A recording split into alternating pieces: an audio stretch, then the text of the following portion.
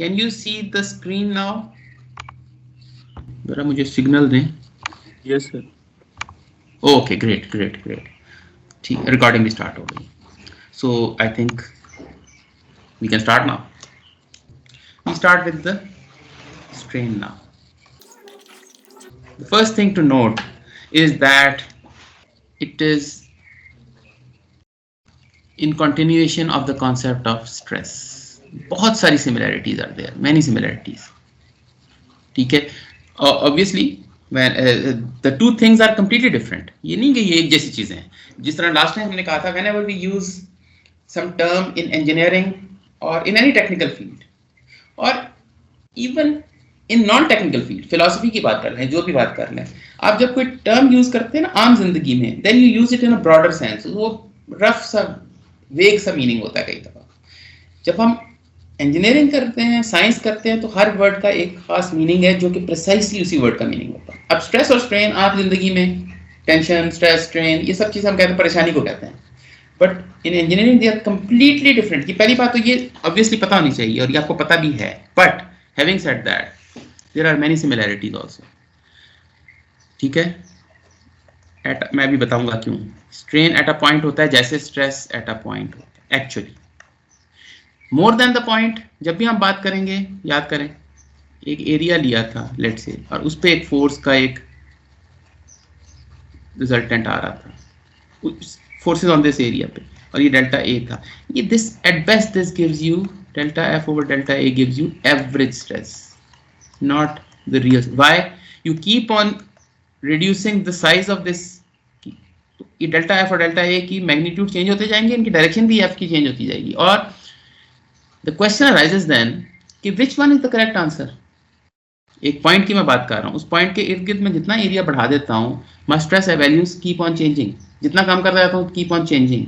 तो कौन सी सही वैल्यू है फिर उस पॉइंट की? तो उसका आंसर ये था, उस पॉइंट की वैल्यू जो सही है वो ए की है, और वो है sigma D F over D A when area reduces to in a limit it tends to 0. जब 0 पे आप इसको लिमिट कराते हैं तब जो आंसर आता है that is actually the correct answer. The same thing अभी हम देख लेंगे स्ट्रेन पे. फिर आपने कहा था कि वो एक टेंसर है स्ट्रेस जिसमें 9 कंपोनेंट्स आपको चाहिए होते हैं, जिसमें से 6 कंपोनेंट्स यूनिक होते हैं. याद है ना आपको वो जो हमने बनाया था, sigma x x, sigma Y Y, sigma Z z, tau x Y, tau x z, tau Y Z, tau y x, tau Z x, tau z y. हमने कहा था ये कंपोनेंट्स होते हैं सिग्मा के. और इसका एनालॉजी हमने कहा था कि वेक्टर से आप बहुत इस तरह वाकिफ हैं. वेक्टर में 3 ही v x, v y, v z, 3 equations आपको बता दी जाए तो you know the vector completely. यहाँ आपको 9 कंपोनेंट्स चाहिए होते हैं. ठीक है. और हमने ये बात भी की थी कि vector is also a tensor basically technically, but vector is tensor of first order. क्यों? इसको इस तरह याद रखते हैं, इसमें एक ही इंडेक्स है, बस आपको डायरेक्शन बता दी जाए, दैट्स इट. ये this is a tensor of, this stress is a tensor of second order. ये आप नजर ही आ रहा है आपको कि इसमें 2 इंडेक्सेस होते हैं, एक वो प्लेन बताता है जिसकी बात हो रही है और एक वो डायरेक्शन जिसकी बात हो रही है. 9 होते हैं उसमें. फिर बाद में हमने कहा था it's a second order tensor but it's a symmetric tensor. Why? Because ये वाली quantity और ये same है. This quantity and this quantity is also same. This quantity and this quantity is also same. So actually 6 unique components. तो ये सारी गुफ्तगू आज मैं इंशाल्लाह, ये हम खत्म कर लेंगे स्ट्रेन इंशाल्लाह. Strain in a sense is easier. तो ये भी टेंसर है सेकेंड ऑर्डर, जैसे ये सेकेंड ऑर्डर टेंसर स्ट्रेस. ये भी सिमेट्रिक है, अभी देख लेंगे. इसमें भी 9 कंपोनेंट्स होते हैं और 6 कंपोनेंट्स यूनिक होते हैं. ये मतलब बहुत सारी चीजें, और ये आपस में इंटरलिंक्ड होते हैं. स्ट्रेस और स्ट्रेन टेंसर्स का आपस में एक रिलेशनशिप है बड़ा जबरदस्त. You get it? ठीक है. ये हम ये रिलेशनशिप जो है ना, ये हम फिर बाद में इंशाल्लाह जब टाइम आएगा ये भी देखेंगे. नाउ वी कम टू, ये तो आपको शुरू में मैंने ट्रेलर दिखा दिया. अब जरा आ जाए जरा ये जो सारी बातें डिटेल्स हैं इनको जरा देख लें एक एक करके. ठीक है. It's a very simple thing, nothing difficult about it. I am going to show you a photograph first. But before that, let me go through one more concept. और वो ये कि याद करें, ये कोई आपकी आर्बिट्रेरी बॉडी है. ये first lecture, going back to first lecture, F1, F2, F3, F4. You cut it arbitrarily, एक खास प्लेन कट करते हैं. You isolate one part of the body, जिसको हम फ्री बॉडी कहते हैं, ठीक, फ्री बॉडी डायग्राम, ठीक है. और हमने कहा था कि इसमें एक रिजल्टेंट फोर्सेस का आ जाता है और एक रिजल्टेंट कपल का आ जाता है. और हम ये दोनों चीज़ें कहीं पे भी ले सकते हैं इस बॉडी पे, but we prefer the centroid. ठीक हो गया. अच्छा, अब हमने ये कहा था कि स्टैटिक्स में तो यहाँ तक बात खत्म हो जाती थी. हम मैकेनिक्स में किस चीज़ में इंटरेस्टेड थे? एक कि एक्चुअली ये तो रिजल्टेंट्स है ना, ये किस चीज़ के रिजल्टेंट्स हैं? ये इस प्लेन के ऊपर एक्चुअली हर पॉइंट पे कोई फोर्स की डायरेक्शन, कोई मैग्नीट्यूड, कहीं ज़्यादा कहीं कम, कहीं डायरेक्शन कुछ और, हर पॉइंट पे कोई ना कोई फोर्सेस है ना जब यू कट करते हैं, क्योंकि वो फोर्सेस ट्रांसमिट हो रही हैं from one part of the body to the other that were invisible when it was inside, क्योंकि उस वक्त फोर्सेस सारी इक्वल एंड ऑपोजिट थी, बैलेंस हो रही थी. बट जब आप कट कर लेते हैं तो आप एक पोर्शन निकाल देते हैं, तो इट मीन्स कि वो जो पोर्शन जो आपने छोड़ दिया है उस पर इफेक्ट दूसरी बॉडी का हो रहा था. फ्री बॉडी डायग्राम तो यही होती है ना. तो those forces which are acting from the other body जो आपने रिमूव कर दी to the body which you have retained, तो वो शो होंगी ना. यहाँ हमेशा शो करते हैं जब भी कट करते हैं. इन सब का, ऑल दीज फोर्सेस का जो रिजल्टेंट था ना, वो एक फोर्स और एक कपल की जरूरत में. आप स्टैटिक्स याद करें, यू कैन ऑलवेज सी. ठीक. अच्छा, अब क्वेश्चन, हमने वहां पे दो बातें कही थी. वन, हम फोर्स डिस्ट्रीब्यूशंस की बात करेंगे इस सब्जेक्ट में, और दूसरा हम इसको डिफॉर्मेबल बॉडी समझेंगे. तो इसका मतलब है कि डिफॉर्मेशन डिस्ट्रीब्यूशन की बात भी फिर करेंगे. एक फोर्स डिस्ट्रीब्यूशन, एक डिफॉर्मेशन डिस्ट्रीब्यूशन, या इंटरनल फोर्स डिस्ट्रीब्यूशन क्या है और इंटरनल डिफॉर्मेशन डिस्ट्रीब्यूशन. यही दो चीजें थी ना जो स्टैटिक्स में नहीं थी. हमें स्टैटिक्स में रिजल्टेंट मिल जाता था, दैट वाज एनफ. स्टैटिक्स में हम डिफॉर्मेबल बॉडी मानते ही नहीं थे. वी सेड कि इट्स अ रिजिड बॉडी. वो हमारी असम्पशन थी, राइट. ये दो चीजें याद है ना आपको. अच्छा, पहला वाला कॉन्सेप्ट फोर्स डिस्ट्रीब्यूशन, वहां से स्ट्रेस का कॉन्सेप्ट निकला. क्यों? अगर मैं आपको वही वाली बात जो मैंने आज अभी बात थोड़ी सी पहले एक दफा फिर किया, but these things doesn't matter, we can repeat them again and again because these are the basics. ये आपको कभी जान छोड़नी नहीं चाहिए इन चीज़ों की, क्योंकि ये भी आपकी जान नहीं छोड़ेगी. ठीक है ना. उसमें यह है कि मैं जब फोर्स की बात करता हूँ ना, लेट से मैं एक खास एरिया पे, एक जाहिर है अभी अल्टीमेटली तो हम पॉइंट पे ले गए थे इसको, अल्टीमेटली तो हम पॉइंट पे ले गए थे, लेकिन शुरू में हमने क्या कहा था, डेल्टा ए पे डेल्टा एफ एक फोर्स लग रही है.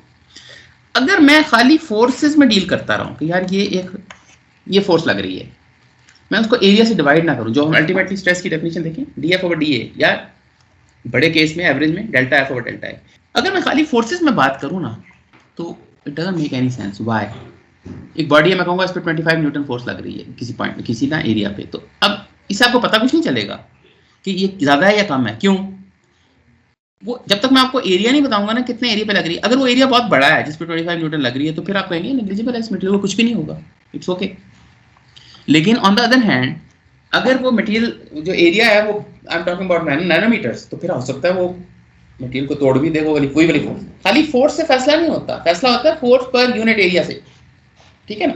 वो अलग बात है, हम बाद में उसको पॉइंट पे रिड्यूस करा देते हैं, because only the correct answer is only at a point, because as you increase the area of that area, that patch जिसको आप ले रहे हैं, तो फिर वो वैल्यू उसी पॉइंट पे चेंज होनी शुरू होती है. तो हम मान नहीं सकते उन सब वैल्यूज को जो जब तक वो कन्वर्ज नहीं किसी पॉइंट पे करती है, वो पॉइंट पे आके ही करती है. ठीक है. अच्छा, force was not good, force per unit area was good, because जब मैं आपसे कहता हूँ ना इतना स्ट्रेस लग रहा है, फिर आप मेरे से ये नहीं पूछते कितने एरिया पे लग रहा है. स्ट्रेस तो ज्यादा खुद एरिया को इनकॉर्पोरेट करता है ना. तो once you talk in terms of stresses, then you can talk about two bodies. एक में स्ट्रेस 25 है, एक में 30 है, तो आप बगैर सोचे बता सकते हैं कि 30 वाला स्ट्रेस ज्यादा है, 25 वाला कम है, क्योंकि एरिया उसमें इनकॉर्पोरेटेड, वो नॉर्मलाइज हो चुका है एरिया से. ऑन द अदर हैंड, मैं आपको कहूँ एक मेरी गाड़ी पे फलानी जगह पर 2500 न्यूटन फोर्स लग रही है, और एक और साहब की गाड़ी पे और जगह पर 3500 न्यूटन फोर्स लग रही है. तो आप ये फोर्स सुनते ही ये फैसला नहीं कर सकते कि कौन सा ज्यादा लोडेड है पॉइंट. क्यों? क्योंकि मैंने आपको एरिया बताया नहीं जिसपे उसका लोडेड है और जिसपे मेरी गाड़ी लोडेड है. एरिया बताऊंगा, फिर पर यूनिट एरिया जब फोर्स आएगा तो फिर there is a basis for comparison. इसी तरह जब आप टेंसाइल स्ट्रेस टेस्ट करते हैं, टेंसाइल टेस्ट, उसमें जो एरिया आपको आंसर निकलते हैं वो ब्रेकिंग फोर्स के या यील्ड फोर्स के नहीं होते, यील्ड स्ट्रेस के होते हैं। तो वो यील्ड स्ट्रेस चूंकि होता है तो आप उस टेंसाइल स्ट्रेस स्पेसिमेन के एरिया से डिवाइड करते हैं चीज को। तो उसका फायदा फिर ये होता है कि आइंदा जब मैं उस मटेरियल की कोई चीज यूज करता हूं तो उसमें मेरा एरिया तो 50 मिलीमीटर नहीं होगा, जो उसमें टेंसाइल टेस्ट का क्रॉस सेक्शन एरिया 50 मिलीमीटर था या 25 मिलीमीटर था, मैं कोई भी यूज कर सकता हूं। तो फिर जब मैं अपने वाले केस को अपने वाले एरिया से डिवाइड कर लूंगा तो फिर मेरे पास जो स्ट्रेस आएगा वो that is directly comparable to the tensile test result. हालांकि उनका एरिया कुछ और था, क्योंकि फोर्स को एरिया से डिवाइड कर दिया तो वो भी एक अब स्टैंडर्ड एक चीज बन गई। मैंने अपने केस में एरिया से डिवाइड कर दिया तो यहाँ भी स्टैंडर्ड चीज बन गई। ठीक है, ये बात क्लियर है ना कि force doesn't do this job जब तक हम उसको स्ट्रेस में कन्वर्ट नहीं करते। तो ये सारी मैंने थोड़ी दराज नफसी से क्यों काम लिया, इतनी लंबी गुफ्तगू क्यों की, क्योंकि ये चीज भी पैरेलल है। आप ये देखिए जरा, can you see this photograph? Yes sir. Okay, ये रबर है। although whatever is happening on a rubber also happens on any other material. Rubber का फायदा ये होता है आपको नजर आ जाता है, और कोई फर्क नहीं। आपने किया ये है कि रबर लेके उसको यहाँ स्ट्रेच कर दिया ऐसे, तो स्ट्रेच किया तो ये जो लाइन है ना ये थोड़ी सी बढ़ गई, मतलब अभी भी इतनी नहीं बढ़ी जितनी बढ़नी चाहिए थी, बट थोड़ी सी एक्सटेंड हो गई। ठीक है, अच्छा ये हो गया। अच्छा, फिर ये वाली लाइन जब ये स्ट्रेच होगा तो ये वाली line very intuitive, this line is now smaller, थोड़ी सी कम हो गई, ये जो हॉरिजॉन्टल लाइन, ये 2 पॉइंट, ये यू कैन इंट्यूटिवली सी कैसे ही होता है। ठीक है, तीसरी बात, ये जो लाइन है ना, आपने देखा ना ये सारा का सारा ऐसे हुआ है, ये अंदर की तरफ क्या है और एक्सटेंड हुआ, तो दिस लाइन चेंजेस एंगल, यानी ये जो एंगल थीटा था यहाँ पे एंगल थीटा इज स्मॉलर, थोड़ा सा कम हो गया। ये सारा कुछ चेंजेस आ रही है ना। मैं अभी जो गुफ्तगू किया है कि force doesn't do the job of reference, force के साथ आप फोर्स को आप वैल्यू से आप फैसला नहीं कर सकते कौन सी फोर्स ज्यादा है। 2 फोर्सेस दी जाए ना सिस्टम, 2 मुख्तलिफ सिस्टम्स पे, यू कैन नॉट जज कि कौन सी फोर्स ज्यादा है, क्योंकि वो एरिया पे डिपेंड करता है। स्ट्रेस दे दिए हैं तो डायरेक्टली आप फैसला कर सकते हैं। ठीक है, सो स्ट्रेस वाज अ बेट। इसी तरह जब आप मटेरियल एक चीज पे टूटेगा नहीं टूटेगा, यील्ड करेगा नहीं करेगा, इसका फैसला भी चूंकि स्ट्रेस से होता है, हमारे पास स्ट्रेस की वैल्यूज हैं, तो stress is a useful quantity. Now अभी आपको मैंने 3 डिफॉर्मेशन दिखाई, एक है एलोंगेशन, एक लाइन की एलोंगेशन हो रही है, एक की कंट्रैक्शन हो रही है, और फिर एंगल चेंज भी हो रहा है। ये 3 चीजें बताई ना, इनको अगर मैं मिलीमीटर में या मीटर में बताऊं और इसको मैं फॉर एग्जांपल एंगल चेंज को भी लेट्स से डिग्रीज वगैरह में बता दूं, इसमें एक प्रॉब्लम है, and that problem is the same, the problem being deformation itself does not give us the indication whether this deformation is high और लो। अब मैं आपको एग्जांपल देता हूं, मैं आपसे कहूं कि जी 1 मिलीमीटर डिफॉर्मेशन हुई है स्टील में, इज इट हाई और लो? तो आपका क्वेश्चन बड़ा ऑब्वियस सा होगा, वो ये होगा कि भाई ये आपने खींचा लेट से, ये मैं आपको ये सिर्फ इंफॉर्मेशन दी है कि ये 1 मिलीमीटर एक्सटेंड हो गया।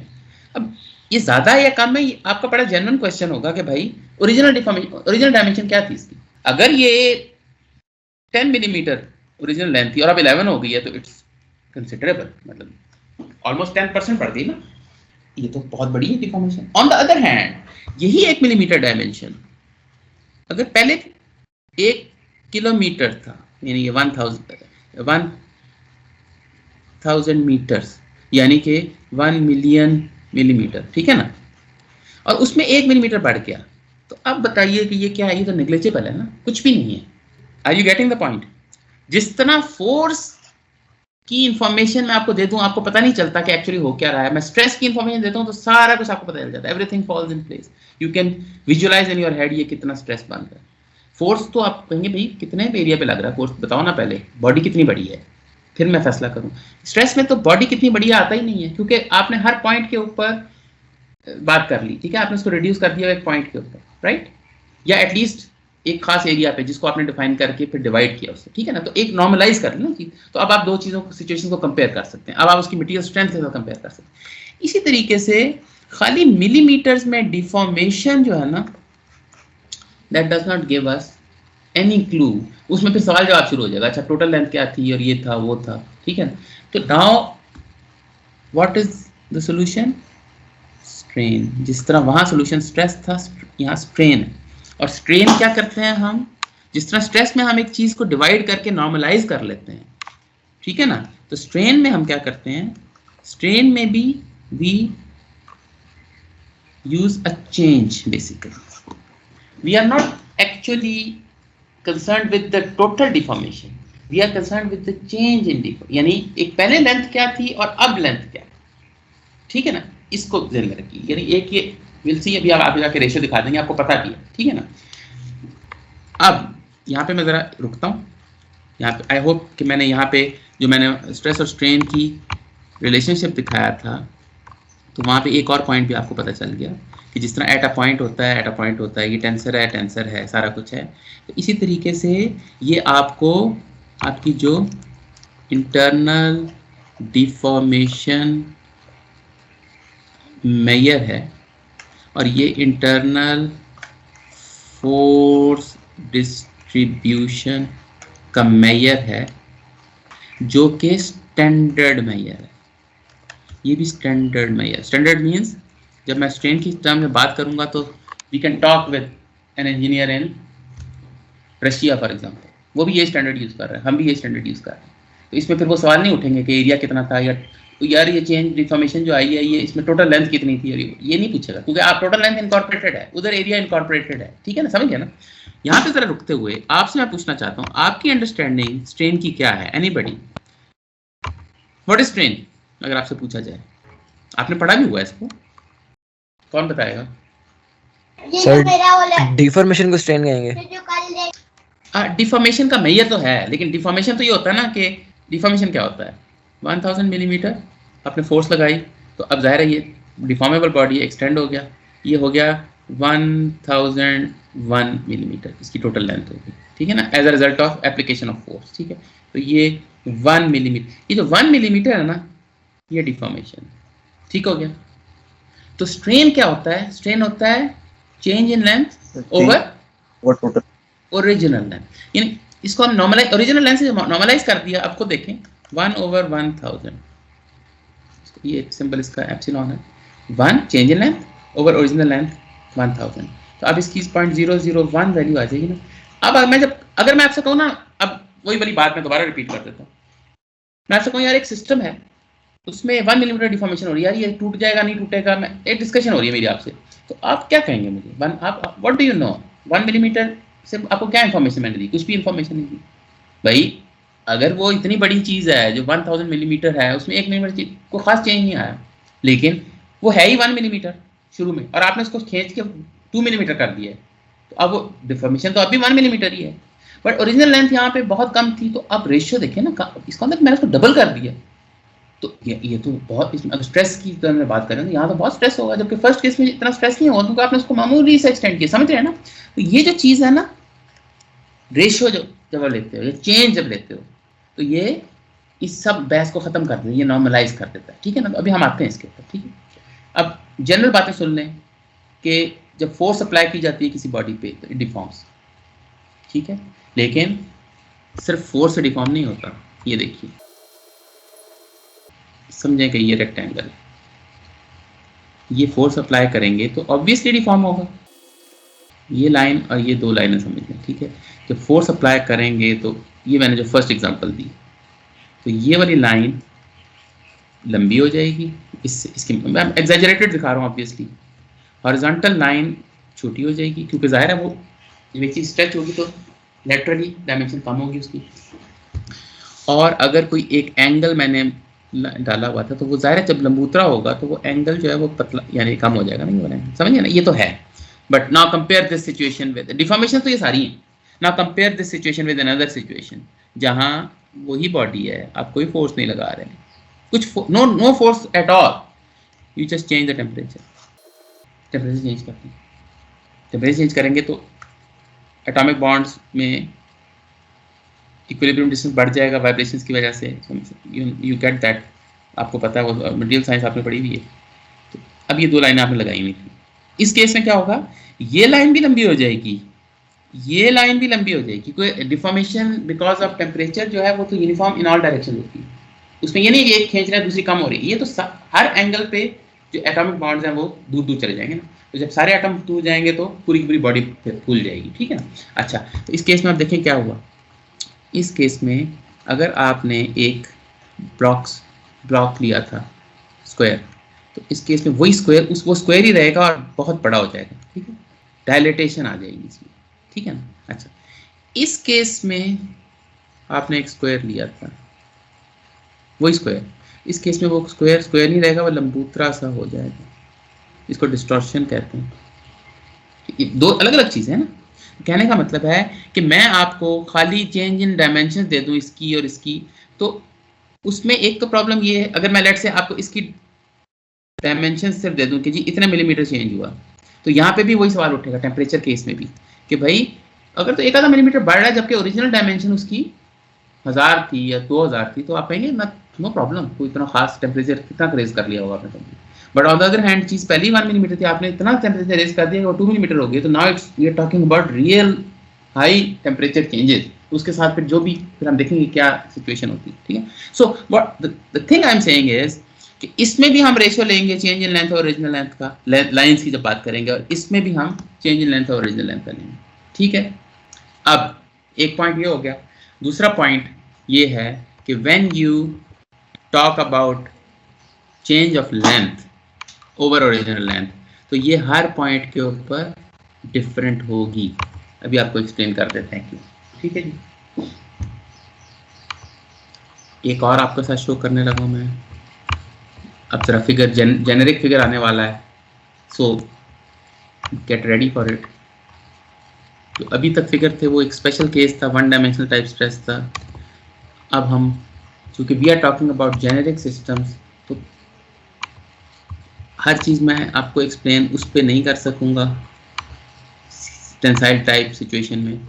अब ये जेनेरिक सिचुएशन आ गई, जेनेरिक सिचुएशन जब भी ये आपको पोटैटो टाइप चीज़ नज़र आए ना, समझिए कि कोई बड़ी आर्बिट्रेरी किस्म की फोर्सेस लग रही हैं, क्योंकि अभी आपको सिस्टम दिखाया था ना, वो तो बहुत सादा था ना, वो तो सिर्फ समझाने के लिए था कि ये फोर्स लग रही है, तो इसमें तो आई कैन से के काफ़ी हद तक इसमें डिफॉर्मेशन भी सेम ही होंगी, हर पॉइंट पे आप देखें तो तकरीबन इसी तरह मूव करेगा। बट इस तरह की सिचुएशन में तो हर पॉइंट के ऊपर जिस तरह फोर्स डिस्ट्रीब्यूशन फर्क है, हम स्ट्रेस में देख चुके हैं, डीएफ और डीए हर पॉइंट पे फर्क था, तो इसी तरह डिफॉर्मेशन डिस्ट्रीब्यूशन भी फर्क होगी, जो अब हम स्ट्रेन के केस में डील कर रहे हैं, ठीक है।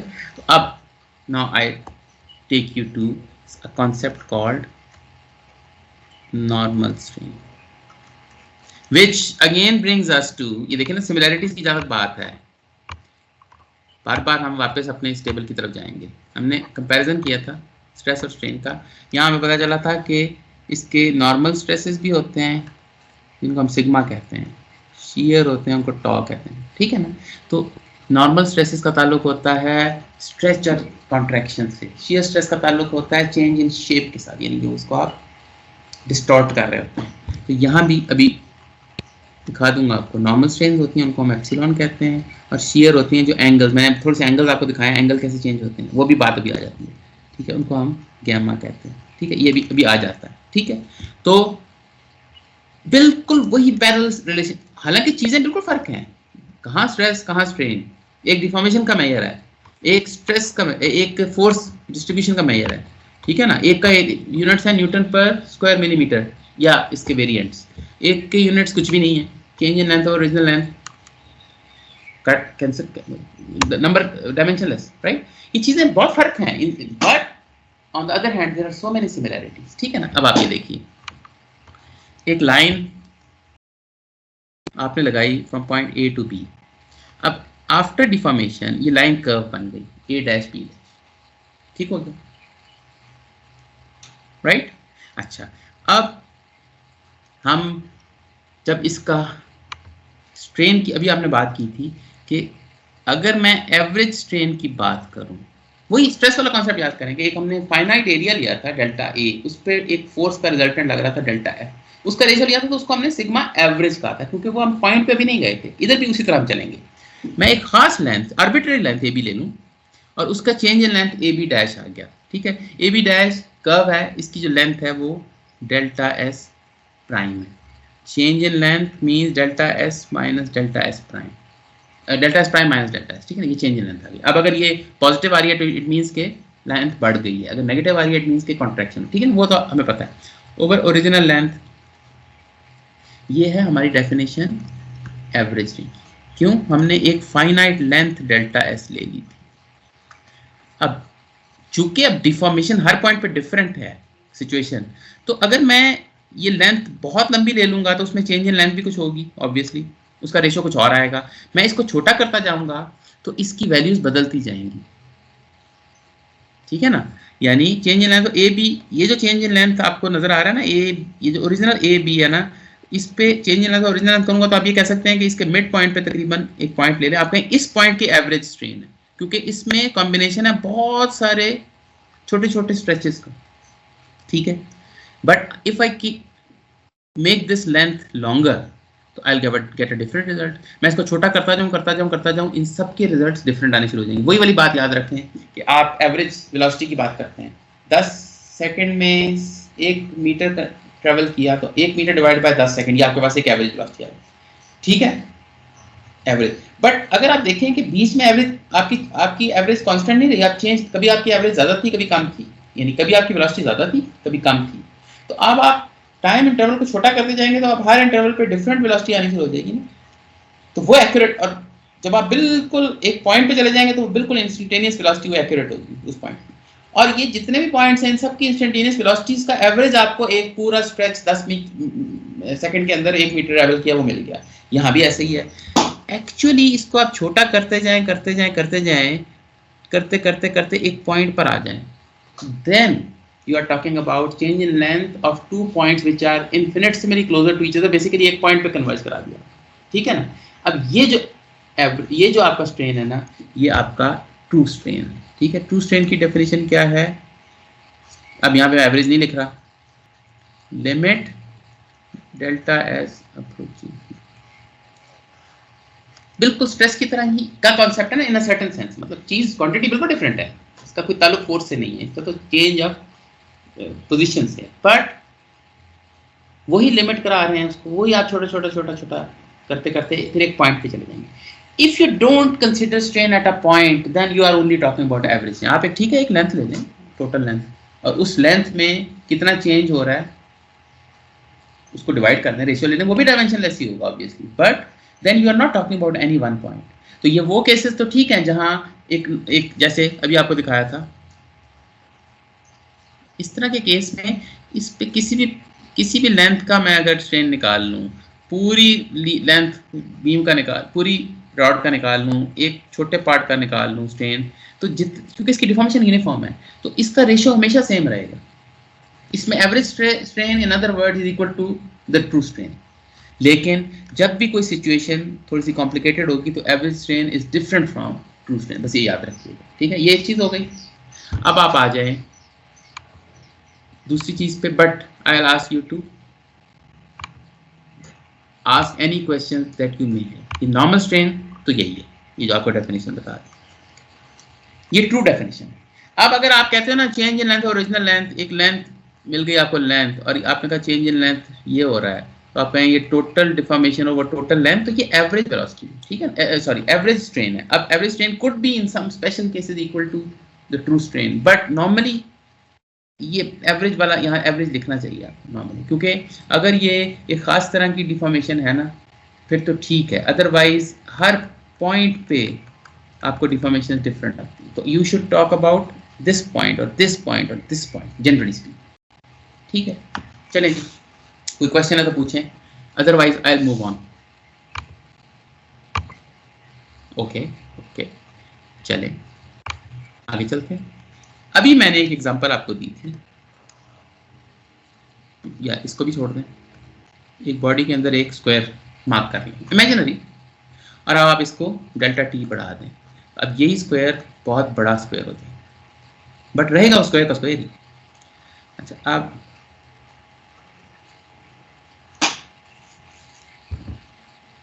उसी तरह की बॉडी में उसको टेम्परेचर ना बढ़ाएं, एक्सटेंड करें उसको फोर्स से।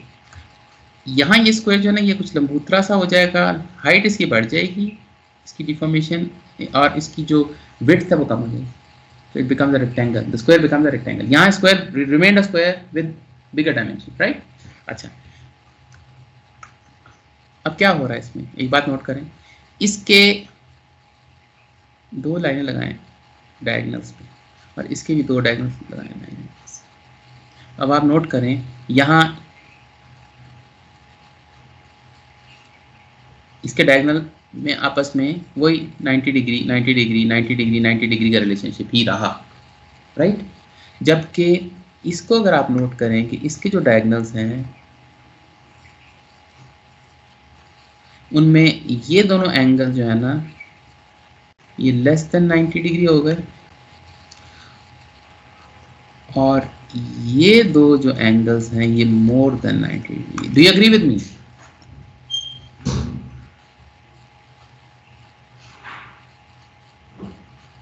Yes sir. ओके, नाउ ये जो एंगल चेंज है ना ये आपको change in length over original length taking limit, ये नॉर्मल स्ट्रिंग की डेफिनेशन है। ऑब्वियसली अगर आप इसको एक्स डायरेक्शन में लेंगे एक्स एक्स तो ये delta x dash minus delta x ऐसे हो जाएगा।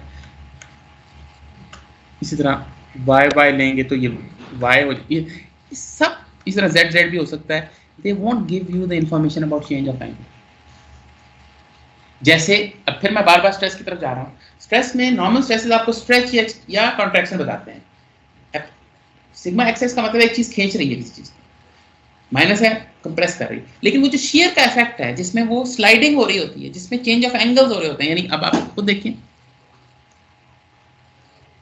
नॉर्मल स्ट्रेस क्या करता है, किसी चीज को ये करता है या ये कर देगा, राइट।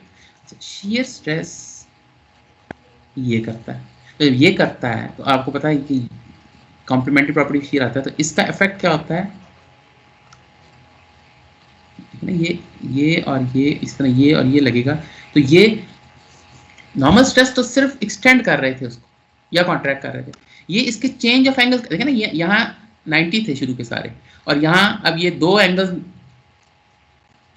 ग्रेटर देन 90 हो गए और दो एंगल्स लेस देन 90। लेकिन शेयर स्ट्रेस एक डिफरेंट प्रोड्यूस करता है ना टेंडेंसी, तो वो स्ट्रेन के केस में वही चीज कि यहाँ एंगल चेंज हो रहे हैं, जबकि जो आपके पास अभी तक स्ट्रेन का मैया नॉर्मल स्ट्रेन का आया that only gives you the changes of length, ठीक है ना। So what we are talking about here is we need another concept. जिस तरह खाली नॉर्मल स्ट्रेसेस से काम नहीं चला था, हमें शेयर स्ट्रेसेस की भी बात करनी पड़ी थी। यहाँ नॉर्मल स्ट्रेन से सिर्फ काम नहीं चलेगा, यहाँ आपको शेयर स्ट्रेन्स भी इंट्रोड्यूस कराने पड़ेंगे और जब कराने पड़ेंगे तो अभी आपको वो भी डिफाइन कर देते हैं। And once we define that then will do a problem, ठीक है, and then this will be finished. ये हमारा ज़रा छोटा टॉपिक है, ख़त्म तो कोई भी चीज़ नहीं होती, लेकिन इंट्रोड्यूस कराना इसको is easier for many reasons, ठीक है। One of them being you have already studied stress. Stress की बहुत सारे कॉन्सेप्ट्स हैं जो इसमें वैलिड आ जाते हैं। स्ट्रेस का रेफरेंस जैसा मैंने भी आपको कहा कि देखिए स्ट्रेस में याद करें there was a shear stress component as well as normal stress component, और ये मैं रेफर कर सकता हूँ ना, स्ट्रेस पार्ट का कोई रेफरेंस का कोई पॉइंट नहीं था, ठीक है ना। एक वजह, दूसरी एक वजह है बहुत बड़ी, वो ये है कि इसका हम बहुत कम डील करेंगे आगे चल के डायरेक्टली शेयर स्ट्रेन्स को।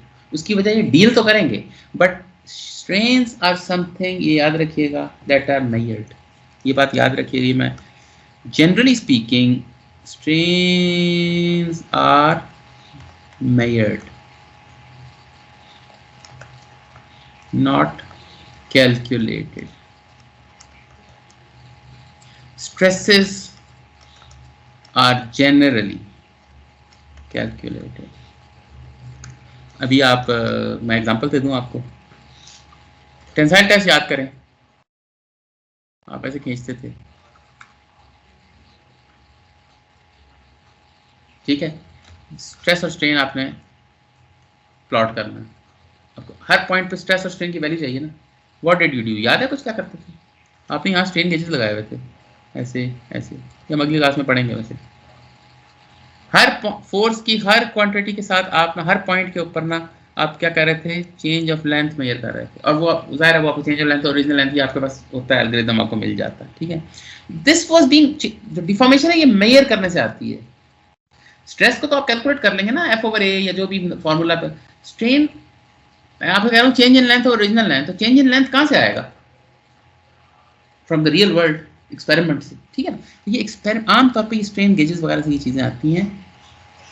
उसके बाद once you have them through the relationship stress के साथ वो बनेगा, बट स्ट्रेन्स को आमतौर पे बैठ के कैलकुलेट कम ही किया जाता है, ठीक है ना। दैट इज वाई इसको आपको डायरेक्ट डील इसके साथ इतना ज़्यादा नहीं करना पड़ेगा जितना स्ट्रेस के साथ, लेकिन इसका रिलेशनशिप स्ट्रेस के साथ है तो सही ना।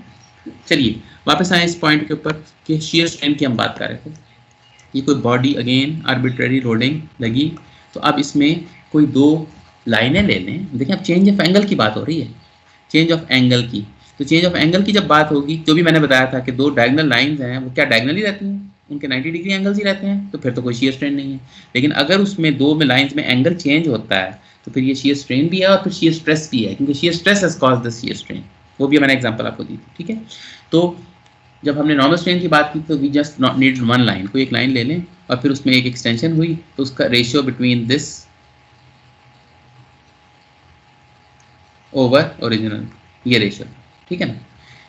यहाँ पे कोई एंगल की बात है, चेंज ऑफ एंगल, तो चेंज ऑफ एंगल तो कभी भी एक लाइन से नहीं होता, दो लाइनें चाहिए आपको, राइट। तो इसकी डेफिनेशन शियर स्ट्रेन की ये है कि there are two lines A dash C dash and A dash B dash at an original angle of 90 degree. ये हमारी डेफिनेशन है। दो लाइंस ले लें मटेरियल के अंदर किसी पॉइंट के ऊपर, जिसके जो ओरिजिनल जो आपस में उनका जो एंगल है वो 90 डिग्री है, ठीक हो गया। या अगर हम टू बी प्रिसाइज, हमने इसको भी डायमेंशन लेस क्वांटिटी रखना है, degree is not dimension less, π/2 radians, ये दिस इज मोर करेक्ट, ठीक है। Original angle between two lines is π/2 radians, radians dimensionless चीज है, ठीक है। अब बाद में आपको पता चलेगा रेडियंस बजाते खुद एक रेशियो है, रेडियंस जो है वो बजाते खुद एक रेशियो होता है जिसकी वजह से वो डायमेंशनलेस होता है, ठीक है। अच्छा, you apply some loading and as a result of that loading, ये ओरिजिनल सिचुएशन थी, ये ओरिजिनल सिचुएशन थी, लोडिंग लगाई और the new angle between them is theta prime. After, अब मैं अज्यूम कर रहा हूँ कि एंगल चेंज हुआ है, एंगल चेंज नहीं होगा तो 90 रहेगा, फिर तो कोई शियर स्ट्रेन नहीं है। The new angle between them is now theta prime, ठीक है जी। तो शियर स्ट्रेन की definition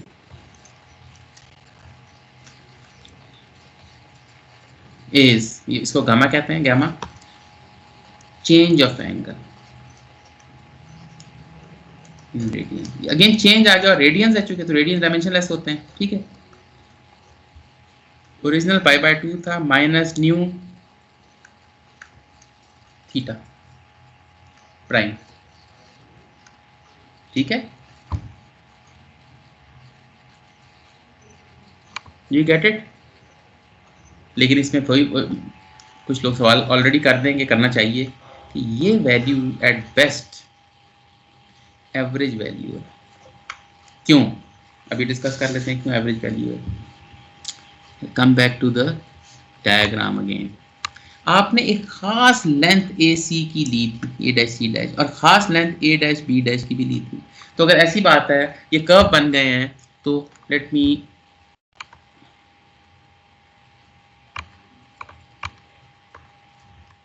it a little bigger, क्योंकि इस पर थोड़ा सा एक्सप्लेन करना है, फिर हम न्यूमेरिकल करेंगे, बट दैट्स इट, ये खत्म होने वाला हमारा काम। अब आप देखें ये कर्व बना था, this was also a curve. तो आपने अब एंगल मालूम करना है आफ्टर डिफॉर्म, ये आफ्टर डिफॉर्मेशन सिचुएशन है। ओरिजिनल तो हमें पता ना कि 90 डिग्री, ये 90 डिग्री नहीं है, अब कम लग रहा है, ठीक है ना। नाउ कर्व था तो आपने ए डैश बी डैश, आपने क्या किया कि आपने ये पॉइंट एक ले लिया, एक ये पॉइंट ले लिया, इनके दरमियान ये ए और सी डैश को ज्वाइन किया, एक्चुअली कर्व था बट आप तो एंगल ले रहे हैं, कर्व पे कैसे एंगल लेंगे आप, दो स्ट्रेट लाइन है, दो लगाएंगे ना, ए डैश बी डैश ए डैश सी डैश, इनके दो एंगल मायर कर लेंगे। लेकिन अब आप खुद सोचें, ये तो आपका जो एंगल आएगा ना theta prime, this is for this certain A dash C dash length, certain A dash B dash length. मैं अगर A dash C dash length को कम कर दूं, मैं ए डैश बी डैश को मैं ये ले लूं और ए डैश सी डैश को भी, दोनों को मैं पॉइंट्स को ए के करीब लेके जा रहा हूँ। अब नया जो सिचुएशन बनेगी ना, इन दोनों पॉइंट्स को ज्वाइन करूंगा, इन दोनों पॉइंट्स को ज्वाइन करूंगा, इनके दरमियान एंगल जो होगा थीटा डैश होगा। अब ये एंगल नजर ही आ रहा है डिफरेंट है। मैं जैसे जैसे करीब आता जाऊंगा, ए बी डैश और सी डैश पॉइंट्स को जैसे जैसे I bring them to closer to A dash, तो क्या होगा, this angle, the new angle keeps on changing.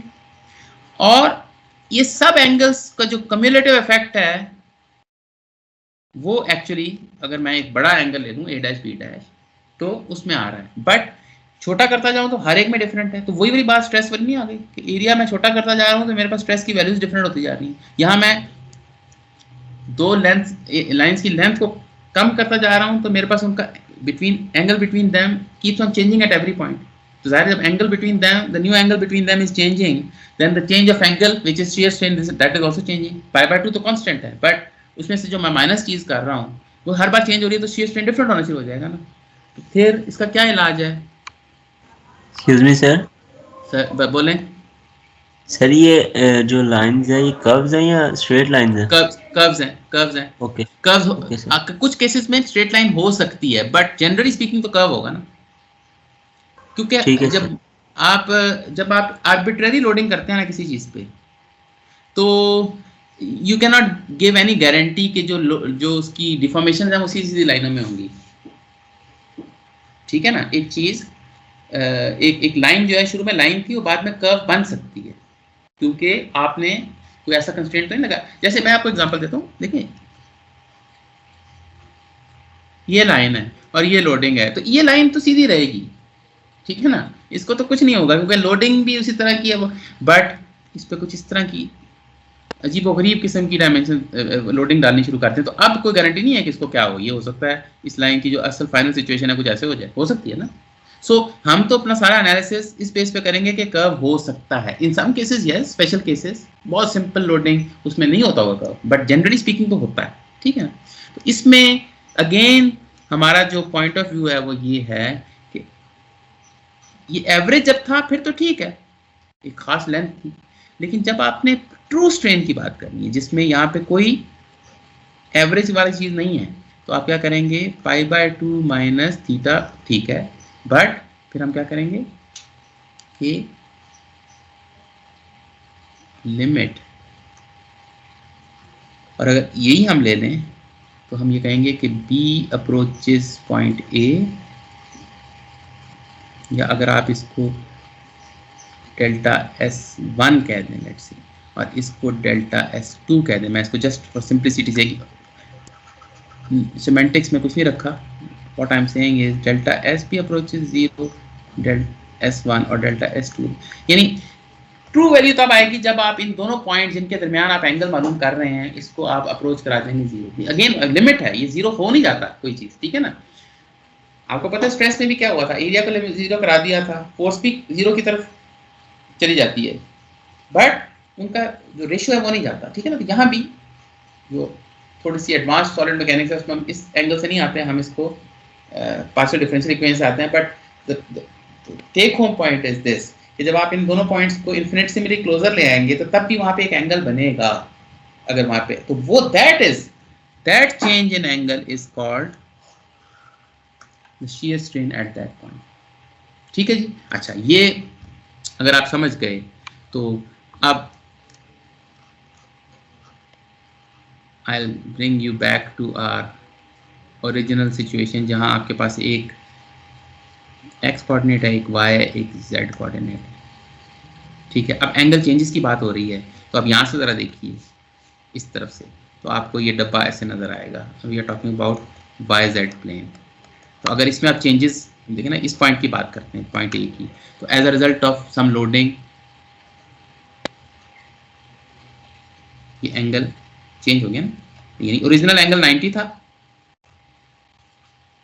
This was 90, new angle theta prime, ये जो नया वाला एंगल है, तो शियर स्ट्रेन बेसिकली हो जाएगा पाई बाय 2 माइनस, ये शियर स्ट्रेन आ गया। अच्छा, इस शियर स्ट्रेन को मैं क्या नाम दूं, वाई जेड। क्यों, ये जो 90 डिग्री एंगल था ये वाई और जेड के दरमियान था, ठीक हो गया ना। देखिए ना, एक तो एप्सिलॉन एक्स एक्स है, वो एक्स डायरेक्शन का नॉर्मल स्ट्रेन है, एप्सिलॉन वाई वाई है, वाई डायरेक्शन का नॉर्मल स्ट्रेन है, एप्सिलॉन जेड जेड है, जेड डायरेक्शन का नॉर्मल स्ट्रेन। इसकी जो एनालॉगस क्वांटिटीज हैं वो sigma x x, sigma Y Y, sigma Z Z, ठीक है। अच्छा, अब हमारे पास tau x Y, tau Y Z, tau Z X भी तो था ना, उनके एनालॉगस क्वांटिटीज कौन सी हैं, एक आपको अभी दिखा दी है, गैमा वाई जेड या गैमा जेड वाई, अभी मैं आ जाऊंगा उस पर भी, जेड वाई वाई जेड एक ही बात है, ठीक है। जैसे स्ट्रेस में कॉम्प्लीमेंट्री प्रॉपर्टी याद करें, tau x y was tau y x, याद है ना, यहाँ भी बिल्कुल वही चीज आने वाली है, अनदर सिमिलैरिटी, ठीक है। अच्छा, ये हो गया। अच्छा, अब इसी चीज को आप ऊपर से भी तो देख सकते थे, ऊपर से देखेंगे तो अब इसमें एंगल ऊपर से देखें तो एक्स वाई, इसी पॉइंट की अगर हम बात, इसी पॉइंट की बात हो रही है, तो इस पॉइंट की अगर हम बात करेंगे तो इसमें जो एंगल चेंज आएंगी वो ऐसी होंगी, ठीक है ना। तो इसमें इसको जब मैं डिफाइन करूंगा इसी डेफिनेशन से, then I will get gamma X Y, and similarly if I see it from this side तो एक्स जेड प्लेन आ जाएगा, तो गैमा एक्स, ठीक हो गया। अच्छा, ये अगर आपको समझ आ गई तो तीनों वैल्यूज यहाँ भी आ गई, gamma X Y, gamma Z X, और याद रखिएगा एक्स वाई जेड ये सारी मैं यहाँ प्रूव नहीं करूंगा, but they are similarly equal to each other, ठीक है। अब रह गया साइन कन्वेंशन। स्ट्रेस में साइन कन्वेंशन क्या था, आपको सिर्फ 2D दिखा देता हूँ कि दिस वाज टॉ, और ये अगर x है और ये y है, तो ये tau x because perpendicular to x plane, और इसकी डायरेक्शन टुवर्ड्स y है, तो ये ऐसे था, और ये टॉ परपेंडिकुलर टू y प्लेन और डायरेक्शन इसकी x है, तो ये दोनों पॉजिटिव इसलिए थे कि ये पॉजिटिव y फेस पे, ये पॉजिटिव x फेस पे ये वाला है, और टुवर्ड्स पॉजिटिव y डायरेक्शन है, और ये टुवर्ड्स पॉजिटिव है, तो पॉजिटिव पॉजिटिव पॉजिटिव था, राइट, ये ऐसे था, ठीक है ना। अच्छा, इसी शियर स्ट्रेन की बात कर लेते हैं, एक्स वाई शियर स्ट्रेन होगा, कोई एंगल चेंज होगा, ठीक है ना, एंगल चेंज, अब ये थीटा प्राइम और ये 90 डिग्री ओरिजिनल था, ठीक है ना। इसमें क्या हो रहा है आप खुद देखें, ये जो पॉजिटिव शियर स्ट्रेस है, ये जो अभी मैंने आपको दिखाया है, ये बिल्कुल यही डिफॉर्मेशन ही प्रोड्यूस करेगा, यही वाली, क्योंकि नेगेटिव शियर स्ट्रेस, ये नेगेटिव है, यू कैन चेक दिस, ये क्या प्रोड्यूस करेगा, this will produce a deformation like original 90 ये था, सॉरी ये इसको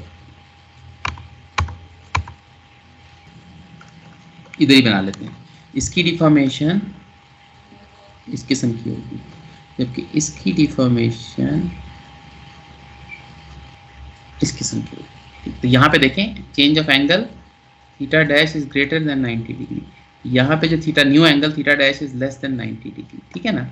ये पॉजिटिव शियर स्ट्रेसेस ये प्रोड्यूस करते हैं, नेगेटिव शियर स्ट्रेसेस ये प्रोड्यूस करते हैं। दूसरे लफ्जों में पॉजिटिव शियर स्ट्रेसेस एंगल को कम कर देंगे ओरिजिनल एंगल से, नेगेटिव शियर स्ट्रेसेस उस पॉइंट पे एंगल को ज्यादा कर देंगे।